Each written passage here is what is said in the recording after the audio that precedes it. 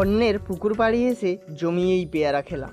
So hello everyone, আমি সঞ্জীব, আর তোমরা সবাই কেমন আছো? আমি সেই বাড়িতে বসে কাজ করছিলাম, দেখি দুই মামা কোথা থেকে চলে এলো।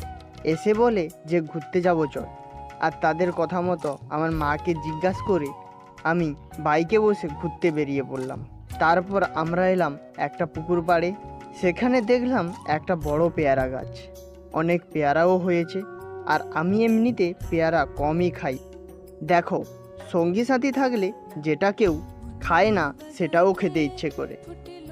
আমরা তিনজন এসেছি, দুইজন পেয়ারা খাওয়া শুরু করে দিল, তার সঙ্গে আবার নুন আর লঙ্কাও মাখিয়েছিল। আর আমার মনকে তো সামলাতেই পারলাম না। প্রথমে আমি একটা দিয়ে শুরু করলাম, তারপর 5টা পর্যন্ত খেয়েছি। আর বাড়িতে এসে ভাত খাবার মতো ইচ্ছেই ছিল না। আর আজকের ভিডিওটা এতটাই।